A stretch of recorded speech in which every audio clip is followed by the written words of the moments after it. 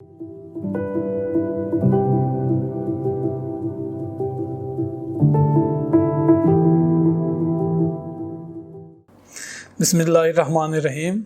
मेरा नाम मालिक सियाल है। आज हम सबक पढ़ेंगे रहें मिल जुल कर।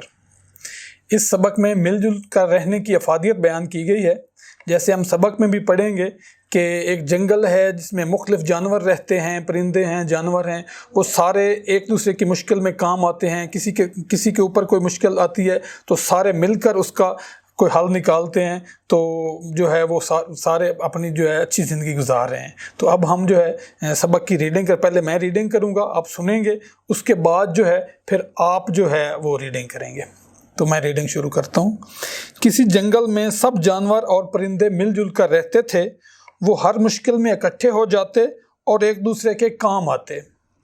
इस जंगल में हरे भरे पेड़ पर, पेड़ कहते हैं दरख्त को, इस जंगल में हरे भरे पेड़ पर एक फख्ता का घोंसला था।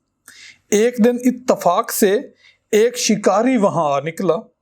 उसने दूर से भी फख्ता का घोंसला पहचान लिया। उसने दूर से देख लिया कि वो फख्ता का घोंसला है और वो उसके शिकार के लिए चल पड़ा और उसके बच्चे उठाने के लिए पेड़ की जानिब बढ़ा, पेड़ की तरफ बढ़ा। ये देखकर फख्ता घबरा गई और मदद के लिए पुकारने लगी, कू कू कू। फख्ता की आवाज़ पर सब परिंदे इकट्ठे हो गए।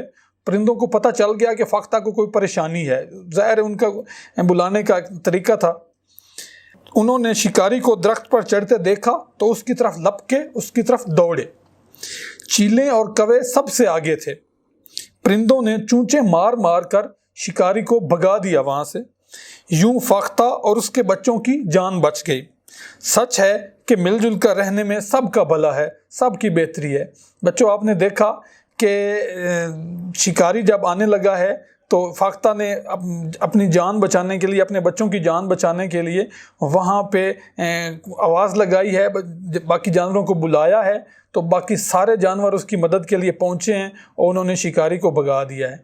तो हमें भी कोशिश करनी चाहिए कि हम सब मिलजुल कर रहें और एक दूसरे के काम आएँ।